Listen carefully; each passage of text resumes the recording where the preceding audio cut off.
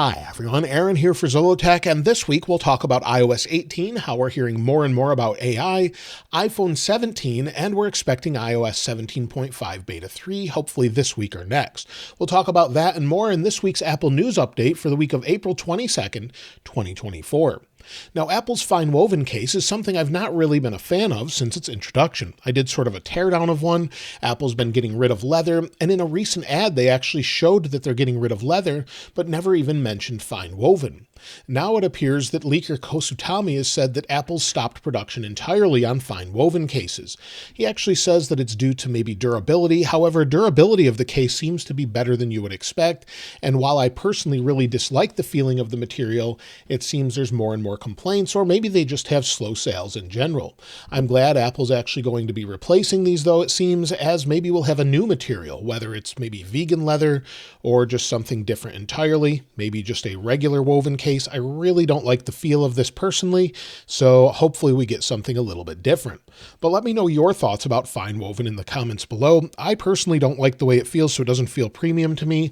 I liked the way the leather cases felt, but I do think they get sticky over time, so maybe there's a better alternative to both of them. Apple's MagSafe wallet is an accessory I use all the time, and it looks like the next version could get a little bit of an upgrade. Currently, it will alert you if you remove it. It will just send you an alert that you've removed it and where you've left it if you walk away. The next one, according to a recent patent that was found by Patently Apple, looks like it may alert you when your cards are removed as well.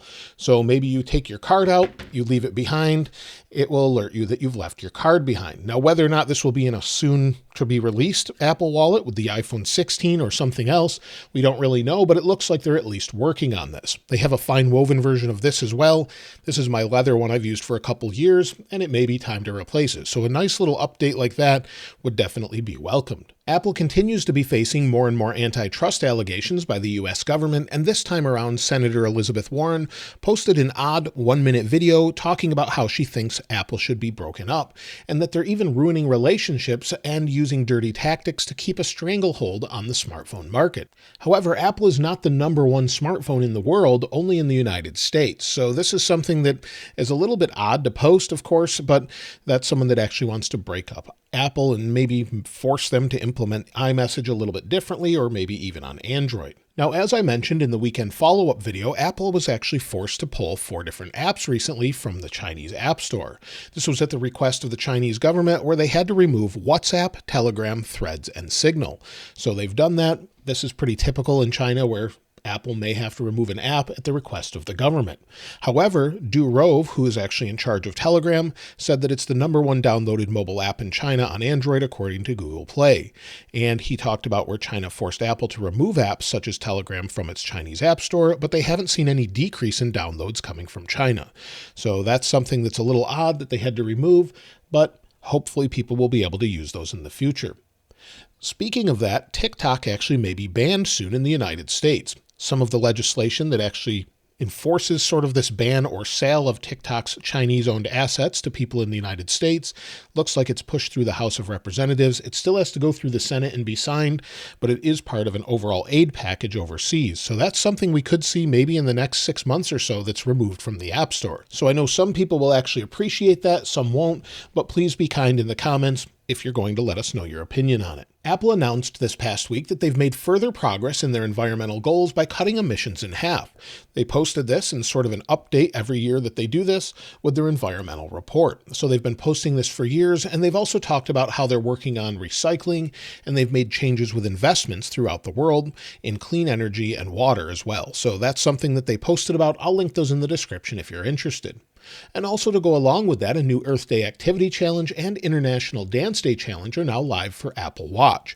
Those were mentioned a week or so ago, and now they're live with different rewards and more if you do a regular workout. So you can see some of those here posted on MacRumors, where they have all of the different rewards posted if you want to work toward those. Apple also continues to move outside of China for manufacturing, and recently Tim Cook said that the company is looking at potential manufacturing opportunities in Indonesia as he met with their president.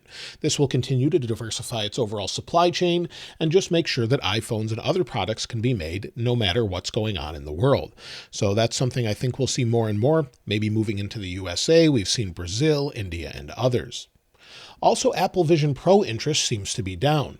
Now, this may be because we're waiting for different updates and more, but according to Mark Gurman this week, who's actually talked to some stores, similar to what I've done, he's actually said that demand for demos is way down. People who do book appointments often don't show up, and sales, at least at some locations, have gone from a couple of units a day to just a handful in a whole week or so. I've actually found similar stories when I've gone to local Apple stores in the major Charlotte area and talked to different people asking, have you sold a lot of these? I rarely see people doing demos, and of course it's going to be subjective based on area, but they said some of them have not sold very well, and they're lucky if they sell one a week in some stores, or maybe one or two within a couple months. So it just depends on the actual sales, and I know it's only been out a couple months, but depending on who you talk to, you'll hear a little bit of a different story, and I've found that it does vary from store to store. So that's something I'm hearing more and more, and overall online it seems less people are interested, but I think it just needs more content. As Apple continues to add content to Apple Vision Pro, maybe we'll see interest ramp up just a little bit. Apple Watch Ultra 2 is now for sale in the refurbished store on apple.com. You'll save a little bit of money, about $120 or so, and then you'll be able to get whichever one you want with all of the warranty in place. However, they're not technically allowed to sell it with the overall O2 sensor enabled, just like they sell new ones. So if you wanted one of those, you would actually have to get it from someone else that's maybe used from earlier than January. Now, as far as deals this week, while there's M3 MacBook Air deals, which continue to be about $100 off at Best Buy, so if you're looking to pick one of those up, M2 13-inch MacBook Airs are about $150 off, so I'd probably just go for the M3.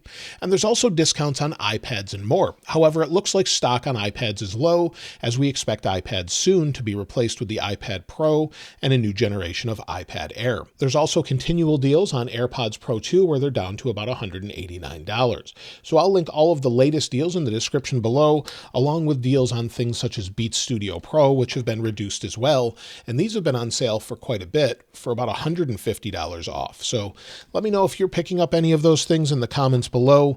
I actually use the AirPods Pro every single day for the most part to edit and more, so definitely something I would use, but Apple probably will replace these in about a year or so. iOS 17.4 adds a consistent home tab to things such as music, podcasts, home, and books. We've known this for a while, but Apple actually strangely highlighted it the other day on their Apple support account on X or Twitter.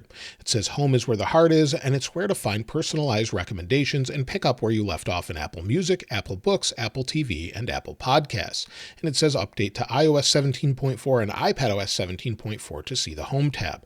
So I like the consistency across different apps, but it's just odd that they're highlighting it now, since it's been quite a while since we've had that update. As far as the next update, well, iOS 17.5 Beta 3 could be this week. We don't know if Apple's on a bi-weekly schedule or a weekly schedule, but at this time it seems like we could have it as soon as tomorrow or Wednesday. That way we'll know that we're on a weekly schedule. That seems likely, but sometimes it takes until after Beta 3 to go to a weekly schedule. So as far as that goes, probably tomorrow or Wednesday we'll know for sure. As far as iOS 17.4.2, well, still there's no sign of it yet as far as website analytics, and we don't know if that's going to be released anytime soon. So maybe Apple's just waiting to update iOS 17.5 as they're hard at work on iOS 18. Of course, we expect iOS 18 Beta 1 after the keynote on June 10th, so usually around 3 or 4 p.m. Eastern Time is when we'll see the first beta, with a public release sometime in early September before the next iPhone launch. However, with iOS 18, we're hearing even more news. We know that Apple is planning to integrate AI heavily into iOS 18. However, this week, Mark Gurman has said that Apple is developing its own large language model that will run on the device to prioritize speed and privacy and will not need to contact the cloud to process AI. We've heard that Apple's been working with different people such as Google with Gemini or OpenAI with ChatGPT to sort of develop some of these large language models and get things to work. But due to Apple's privacy concerns and speed, of course, Apple will probably want to process everything on device. And it looks like this will actually be what they're going to start with. So that will probably be integrated into Siri, directly into the OS. And also to further back up this claim, it was found today that Apple acquired a Paris-based AI company called Data Collab that's actually been working specifically on on-device processing. So all of those things point to a very big update to iOS 18. And as far as future improvements, of course, we're expecting a redesign, at least of some things, maybe an update to the control center, additional changes to things such as notes, where it's said to actually have things integrated with voice, and maybe a calculator that directly helps you work with equations according to Apple Insider. That's the most recent news. Of course, as time goes on and we get closer and closer to iOS 18, we'll see what it looks like, or at least get more and more leaks. Of course, on June 10th, we'll know more about it. But we're expecting a major redesign and major update compared to what we've had before, as the leakers in the previous years have not expected this. They've expected some changes, but this time around, it looks like it could be the largest change since iOS 7 or even the original iPhone OS. Every model of iPhone 16 this year is expected to gain the action button instead of just having the silent switch. So Apple's set to replace that on all devices this year, and hopefully it will gain some additional functionality. We're also expecting a new capture button on the Pro models, so the iPhone 16 Pro, iPhone 16 Pro Max, to allow us to maybe take pictures a little bit easier, maybe have different modes, zoom into things, and more. The capture button will make it easier in this regard, but the reason behind it is a bit of a mystery. Whether we really need an additional button when we have the action button where we could assign it to something like that is a little odd. Recently, though, on X or Twitter, Sonny Dixon shows what looks to be the iPhone 16 and the iPhone 16 Pro models, and shows the overall button placement and sort of what they look like. These are just models, but it gives you an idea. Also today, the Economic Daily News said that Apple has ordered capacitive components now necessary to integrate the new capture button, but also to make the current physical buttons into haptic buttons. This is something we thought was going to be released with iPhone 15, and instead they pushed that off probably to this year. So if they can get that working properly, the physical buttons with the click would then turn into haptic buttons. This would help with overall durability, less components that move, and probably help with water resistance as well. Earlier in the week, there was also a rumor that the iPhone 16 Pro and 16 Pro Max models would start with 256 gigabytes of storage.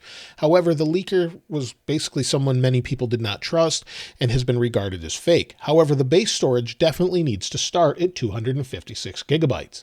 So hopefully we'll see that change. That's something that makes a lot of sense that we definitely should really see at this time. 128 gigabytes for the $1,000 price tag is definitely too little. Now with iPhone 17, and yes, we're going to talk about iPhone 17 already, Apple is already working on phones about 3 years in advance. And Ross Young has said that the next iPhone 17 Plus model is expected to have a smaller display than the current 6.7-inch display. He's been extremely accurate about overall display changes, and the 17 Plus could have a smaller display. That doesn't mean a 17 mini necessarily, but we could have something that they change it up a little bit in the overall form factor. Now with the HomePod, we haven't really heard a whole lot in quite some time. However, it looks like a recent leak of a component shows that Apple could be in fact bringing a HomePod with a display on the top at some time in the near future. Leaker Kosutami showed just the top of the components of what appears to be a HomePod with a clear center where a display would be expected. However, this has long been rumored to be something along the lines of an iPad sitting on top of a HomePod.